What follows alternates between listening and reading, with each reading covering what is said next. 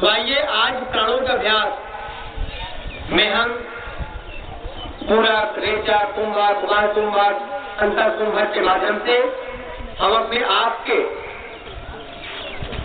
हृदय को, अपने आप के विचारों को, स्वयं को हम महसूस कर लेंगे कि मेरा जीवन वास्तव में भगवान ने यदि दिया है तो किस लिए दिया है। भगवान कोई पागल थोड़े है कि आदमी बनाया, कुत्ता नहीं बनाया। भगवान कोई बेवकूफ है कि हमें आदमी के स्वरूप में दिया और गिरा नहीं बनाया। हमारे पिछले लाखों जन्मों का जो पुरुषार्थ प्रारब्ध है कि हम इस स्वरूप में दर्शन हो रहे हैं, देख रहे हैं आपस में।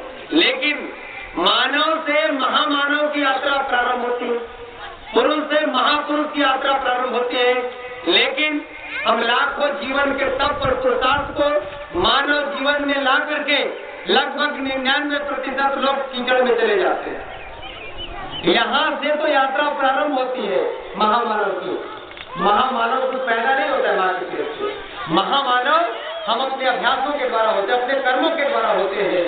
तो आइए आज मानव जो जीवन मिला है, इसी जीते की मोक्ष की प्राप्ति, मरने के बाद मोक्ष क्या होगा नहीं होगा कौन जान रहा है। मरने के बाद स्वर्ग में जा रहे कि नरक में जा रहे कौन जान रहा है। लेकिन जीते जी यदि स्वर्ग की प्राप्ति हो जाए, जीते जी यदि मोक्ष की प्राप्ति हो जाए, ओम असतो मा सद्गमया तमसो मा ज्योतिर्गमया मृत्योर्मा अमृतम गमया।